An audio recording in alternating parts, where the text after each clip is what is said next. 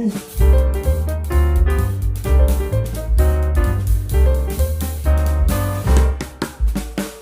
right, guys, before we say anything about the topic of this video, can we first take a moment to appreciate the Biggie of this season? Ladies and gentlemen, massive, massive accolades to Big Brother. See, the Biggie of this season is really standing on business with these housemates. And yes, I am not referring to him allowing the housemates to break the rules as they please. Nah, with regards to that one, we still have a bone to contend for, yes. But I am actually referring to the way he handles the conversation in the diary room, the way he holds these housemates accountable for their actions. I have not seen any housemates this season that has gone into that diary room to tell tall tales or to lie or to try to manipulate information or, you know, a narrative that they themselves created, or probably are trying to peddle around the house, and Big Brother would just be silent about it. No, Big Brother is never silent about it. He calls them out on their bullshit. And ladies and gentlemen, it's giving me so much joy.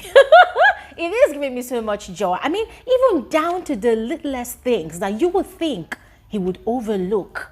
Now, the Big Brother of this season is not having it. And trust me when I tell you that the housemates of this season, they are masters of lies, manipulation, gaslighting, emotional blackmail. Talk about every little trick in the book to play such a game.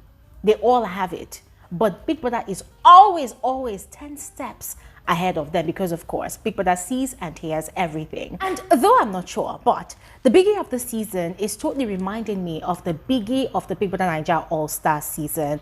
The Biggie of that season was equally as strict as this one. So once again, Big Brother, take your flowers. Take your flowers, you deserve it. Take your flowers. But anyways, ladies and gentlemen, about the topic of today's video, we're going to be looking at the remaining diary sessions of the housemates, or rather the pairs that did not have theirs yesterday. Big Brother tackled some of these housemates because, well, as usual, they thought that they could just walk into the diary room and tell lies and then get away with it. Well, no. Big Brother called them out on their bullshit, and I'm going to be spilling all of that juicy tea on this particular episode of Frankly Speaking with Gloria Elijah. So please make sure you watch to the end. Do not skip out on any part, all right? And officially, you are welcome to my channel. My name is Gloria Elijah. This is Frankly Speaking with Gloria Elijah, and I am the girl with the tea. Without further ado, let's just quickly dive right into it. Now, beginning with the Aces pair, I totally loved how Biggie addressed the issues surrounding the cause of the temporary breakup between Suge and Nelly yesterday. I mean, guys, quite frankly, the way in fact, the angle from which he tackled that whole situation, I'm going to be frank with all of you, I did not necessarily think about it in that manner. Yeah, because for me, I just concluded, like Suge, that, well, Suge was actually joking when he had said to Chinwe that, oh, the person I am interested in is already taken, you know, which was Chinwe that he was actually referring to, right? And I also ended up telling Chinwe on that particular day that it was just a joke, yes. So for me, I just felt, well, it's a joke, but there was a very vital question that Biggie had asked Suge, and a couple of other questions as well. That, okay, think of it this way. What if the roles were reversed? That a female housemate or female housemates, you know, approach him and told him the same thing he had told Chinwe. That wouldn't he take it serious? Now, Suge maintained that because of how he is, he would not take it serious if that housemate does not make any move or does not put any actions to back up their words. And Big Brother kept on asking him that question again and again and again. And, you know, for Topher, it seemed like Topher had a eureka moment, because Topher now completely understood where Big Brother was coming from. That, well, you just met someone, you know, on a show. It's the first week. You all are in a confined space. You all are coming from different walks of life. You don't know how this person jokes, neither do you know how the other person handles a joke. So what you thought was a joke, as per what you told the person, that person normally would interpret it the way they understand it. Yes. And I love a particular saying that Big Brother, mentioned, that in every joke, there's an element of truth, which is very, very spot on, ladies and gentlemen. Because for people that you don't know, you just met someone for the first time, you people are trying to learn one another, they would actually see a truth in there, So after a lot of back and forth and, explanations, Suj finally got it, and he realized his mistake that, okay, if it's now, like this current time that they have already spent 3 to 4 weeks in the house now, if he was making such a joke now, then Chinwe would have probably understood that he was actually joking. But that was week 1. They did not really know each other that well, so it was quite normal for Chinwe to have assumed that he wasn't actually joking, even if Suj had told her that he was just joking. And to round up that particular conversation, Big Brother had advised him that moving forward, he should be careful with the kinds of jokes that he tells to people. And Suj also realized his mistake and, mentioned that he has also realized that in this current house, one has to be careful with what they say, because anything you say could be wrongly interpreted or could be used against you in the nearest or in the farthest future in the house, And then there was also a moment where they joked around about the aces pair being the house husbands of the heads of house. That's the Nelita pair, guys. It was such a beautiful, beautiful conversation with Big Brother. And there was something I noticed about the aces pair, which is not a first-time observation, by the way. This is something I've actually observed about these people. They are very refreshing. They're very refreshing. I don't know if it's by virtue of their age, I don't know, but they're very refreshing to watch and listen to in the diary room. They do not take things too deep. They are not unnecessarily malicious. Yeah, even when people offend them. I mean, guys, I was expecting Suj to go into the diary room to be raining fire and brimstone over the stunt that Chinwe tried to pull yesterday, right?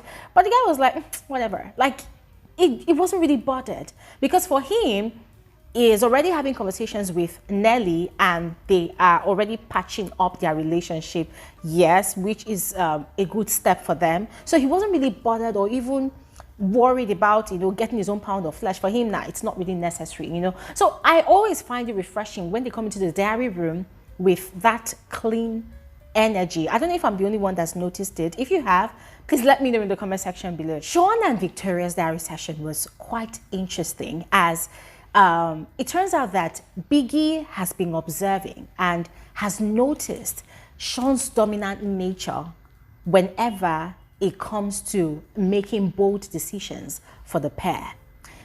It makes it look like he knows way more and better than Victoria. He always ensures that his own choices outshine Victoria's own choices. And so Biggie was inquiring about their eviction nomination choice on Sunday that led to the Old House nominating and evicting the Flourish pair and the Streets pair. Guys, if you all recall, on that day, Sean had been a little bit aggressive, and disgruntled about the fact that Victoria wanted to nominate the radicals and the Streets pair other than the Flourish pair. But Sean had been a bit aggressive about it, like, no, that they've got allies that want them to nominate for eviction these certain pairs, and that is what has to stand. And Victoria had immediately backed down.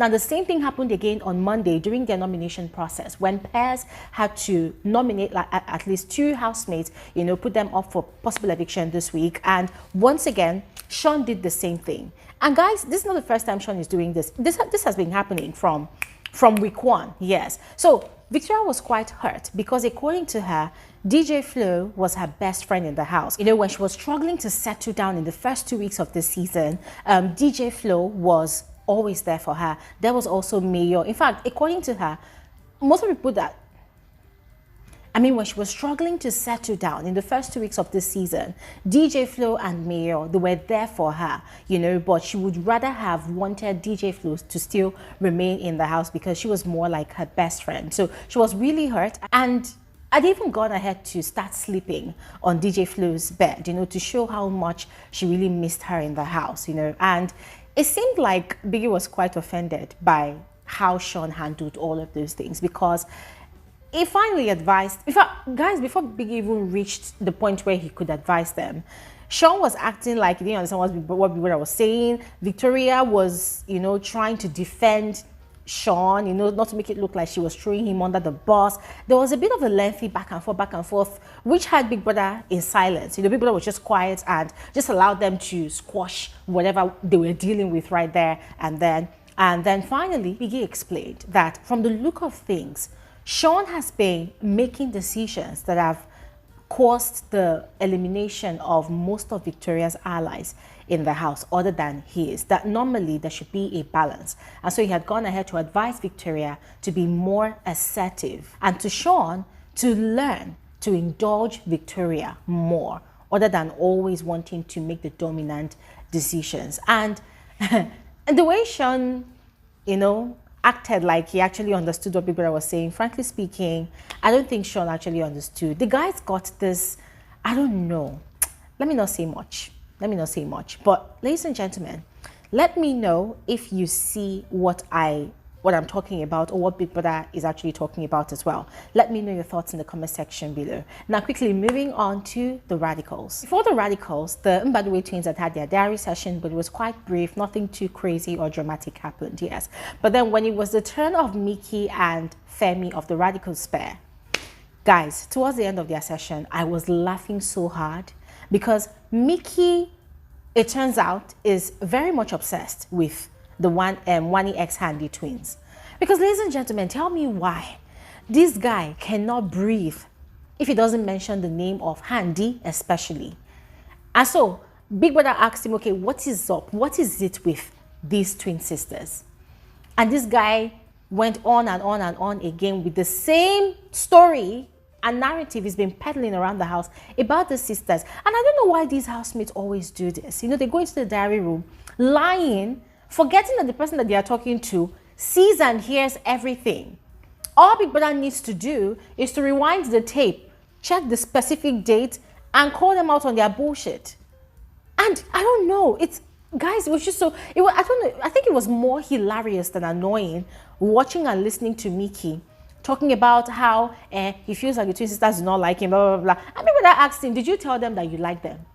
And he admitted that, oh yes, he had actually told Mrs. Handy that he likes Handy, that he doesn't want a relationship with them, that what he only told Handy was that he wanted them to just have a rapport because he likes them, just wants to have a rapport sort of relationship with them because his girlfriend is twins or has twins in their family, he likes twins.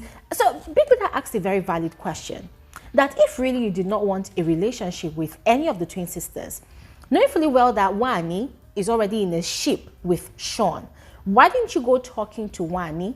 Because you know that in a way it's going to be quite difficult for you to, get in between what she already has going on with Sean.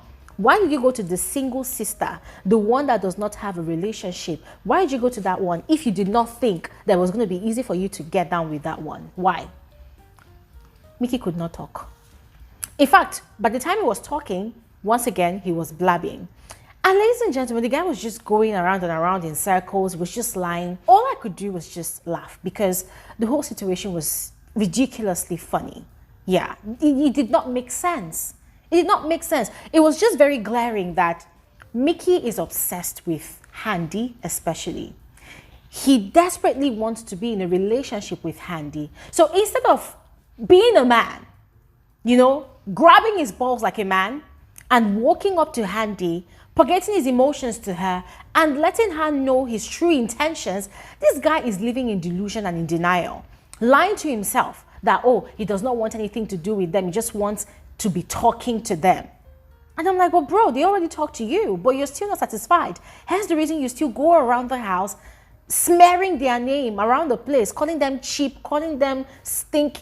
Guys, Michky has been doing the most, and so far he's been trying to recruit people into his hate campaign against the sisters. And I love the way Big Brother drilled him, because the guy was looking, I'm sorry, but he was looking like a dummy because he could not defend himself. Because he knew I mean, he knew that he had actually shot himself in the leg. So what is there to approach this girl and make your advances at her again? If she refuses, keep on trying, apply pressure until you are very certain that she does not want you. And then rest, Michky, rest. But Michky was just acting, oh my God, guys. Anyways, this is where I'm going to stop with this video right now. That is all. That is all. I would love to hear your thoughts. The comment section below. So please go ahead and share. And I'll see you guys on another episode of Frankly Speaking with Gloria Elijah. Thanks for watching and have an amazing evening.